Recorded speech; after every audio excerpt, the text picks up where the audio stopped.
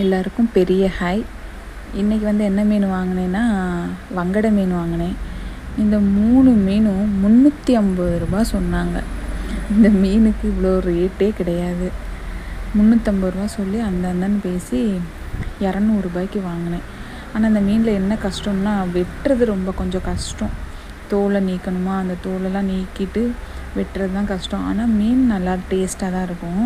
நாங்கள் சாப்பிடுவோம், ஆனால் ஒரு சில பேர் சாப்பிட மாட்டாங்கன்னு சொல்லுவாங்க. ஆனால் டேஸ்ட்டாக தான் இருக்கும். மீனெல்லாம் கறி மாதிரி இருக்கும், நல்லா டேஸ்ட்டாக இருக்கும். அப்படியுமே கஷ்டப்பட்டு தோலை உரிச்சிட்டேன். அப்படி இருந்தும் தலையில் உள்ள தோல்லாம் என்னால் உரிக்க முடியலை.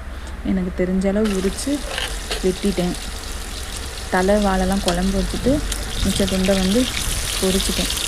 பொரிச்சாலும் செம்ம டேஸ்ட்டாக இருக்கும். பாப்பா 2 பேர் ஸ்கூலுக்கு போனாங்களா, அவங்களுக்கு 2 பேர்த்துக்கும் 2 துண்டு.